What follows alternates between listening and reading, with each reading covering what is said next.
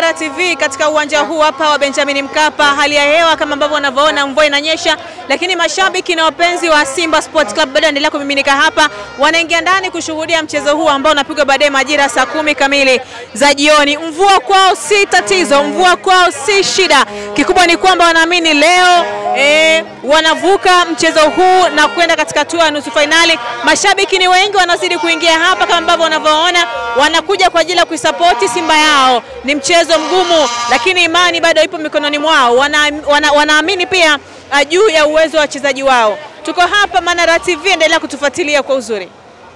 Ahlan wa sahlan wal marhaba, ni siku nyingine tena nzuri, tarehe 9 ya mwezi wa 4 mwaka 2025. Tuko hapa katika dimba la Benjamin Mkapa ambapo hii leo unakwenda kuchezwa mchezo wa maamuzi. Ni mchezo wa aina yake. Simba anaingia kutafuta tiketi ya kufuzu kunako kombe la shirikisho barani Afrika. Ni mchezo ambao si mwepesi, japokuwa kauli mbiu inasema hii tunavuka, na mnyama katika michezo kama hii huaga hana masihara kabisa.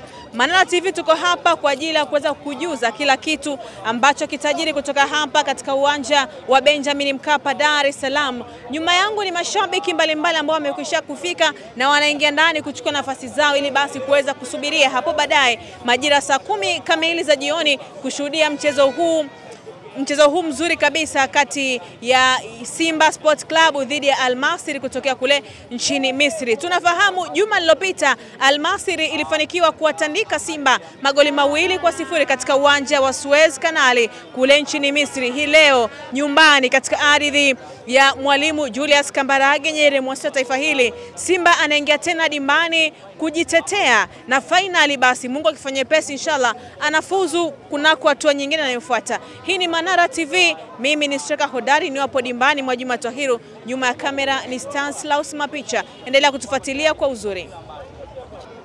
Ikumbukwe Young Africans iliaga mashindano ikiwa katika ardhi ya nyumbani. Leo hii Simba anaingia tena dimbani akiwa nyumbani. Je, Simba atafanikiwa kufuzu au na yeye ataga mashindano katika ardhi hii ya nyumbani?